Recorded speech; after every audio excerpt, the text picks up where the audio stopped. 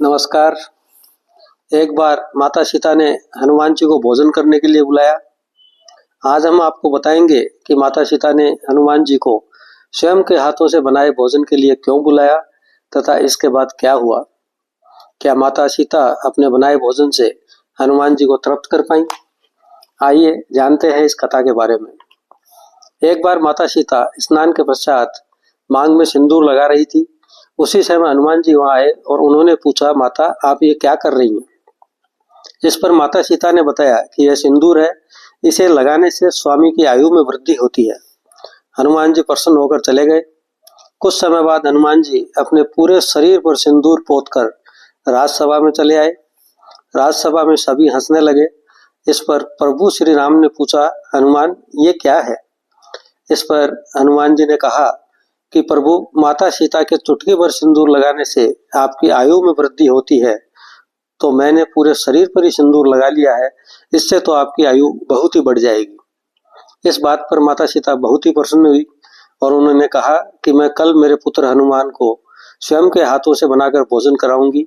अतः हनुमान, तुम कल मेरे पास भोजन करने आ जाना। दूसरे दिन माता सीता ने प्रसन्नता से भांति भांति के पकवान बनाकर रसोई तैयार की। भोजन का समय होने पर माता सीता ने प्रभु श्री राम सहित चारों भाइयों को कहा कि प्रतीक्षा कीजिए, पहले हनुमान भोजन कर लें। हनुमान जी आए व भोजन करने बैठ गए। माता सीता के हाथों से बने पकवान की सुगंध से वे प्रसन्न हो गए व भोजन करना शुरू किया।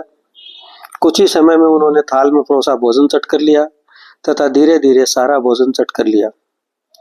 कच्ची सामग्री से माता सीता और भोजन बनाती, वह भी हनुमान जी ग्रहण कर जाते और मांगते।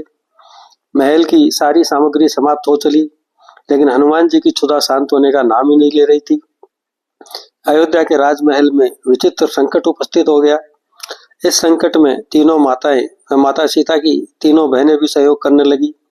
नगर से खाद्य सामग्री व हलवाइयों को बुला लिया। हनुमान ने भोजन भी करते हुए कहा कि इस भोजन में माता सीता के हाथों की सुगंध नहीं है, मुझे तो माता सीता के हाथों से ही बना भोजन चाहिए। राजमहल की पाकशाला में विचित्र स्थिति उत्पन्न हो गई। उधर हनुमान जी आवाज लगा रहे थे कि माता, भोजन के लिए बुलाकर भी क्या अपने पुत्र हनुमान को भूखा ही रखोगी? इस दुविधा में थक कर माता सीता प्रभु श्री राम की शरण में गई और उन्हें पूरी स्थिति बताई। इस पर प्रभु श्री राम ने मुस्कुराकर एक तुलसी पत्थर लिया व माता सीता को देकर कहा, इसे तुम हनुमान की थाली में रख दो। माता सीता ने तुलसी पत्र हनुमान की थाली में परोसा। हनुमान जी ने तुलसी पत्र को ग्रहण कर एक लंबी डकार ली और कहा कि माता, मैं तो आज तृप्त हो गया। यदि यह तुलसी पत्र आप पहले ही परोस देती तो आपको अनावश्यक श्रम नहीं करना पड़ता।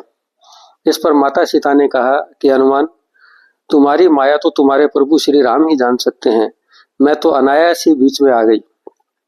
इस पर हनुमान जी ने हंसते हुए कहा कि माता, यदि आप बीच में ना आती तो मुझे इतना स्वादिष्ट प्रसाद कैसे प्राप्त होता। माता, आप ये बताएं कि अब आप मुझे दोबारा भोजन के लिए कब बुलाएंगी? तब माता सीता ने कहा कि पुत्र, तुम्हारी जब इच्छा हो आ जाना। अब तो मैं पहले से ही तुलसी पत्र तैयार रखूंगी। और दोनों हंसने लगे। तो ये थी कथा माता सीता द्वारा हनुमान जी को भोजन कराने की। आपके सुझाव हमारे लिए महत्वपूर्ण है, अतः कमेंट, शेयर, लाइक व सब्सक्राइब करना ना भूलें। नमस्कार।